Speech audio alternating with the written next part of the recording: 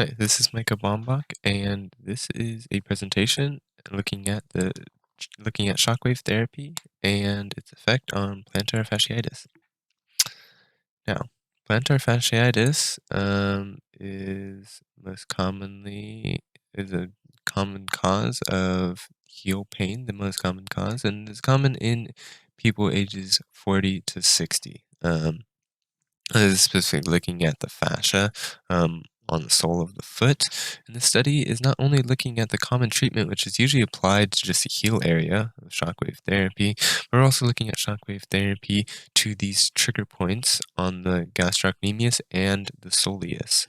Um, More introduction. Shockwave therapy, first of all, is an effective treatment. We're not looking at the effectiveness of shockwave therapy, but we're more looking at the combination of shockwave therapy on the heel and the gastrocnemius and soleus, and seeing if that combined treatment will help improve the effects of that treatment of plantar fasciitis.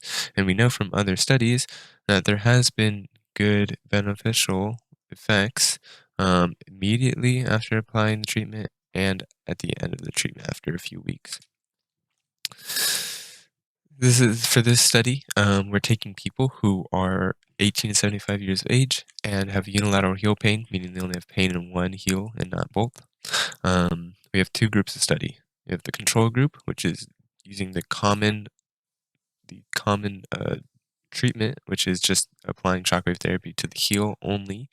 And then we have the study group, which is applying the treatment to the heel and the calf muscles, those trigger points. Now we're using two tests. We're using the foot function index, which measures pain and function in the heel.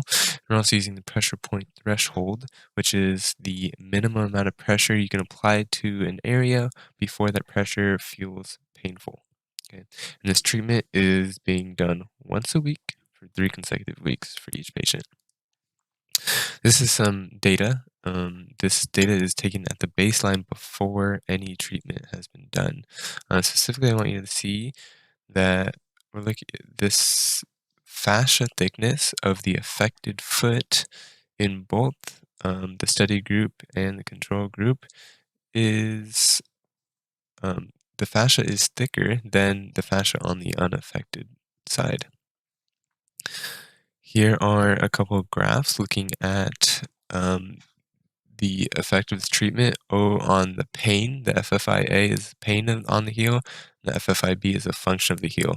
We see that the study group, it seems that there's some difference in the treatment and in both cases. However, these error bars show there's actually no statistical difference between the study group and the control group.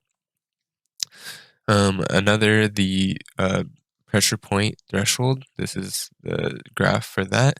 Again, we see that there seems to be some beneficial difference in the study group and the control group. But again, because these error bars, we see that there isn't any significant difference between the two treatments. So what we do know from these results, from this data,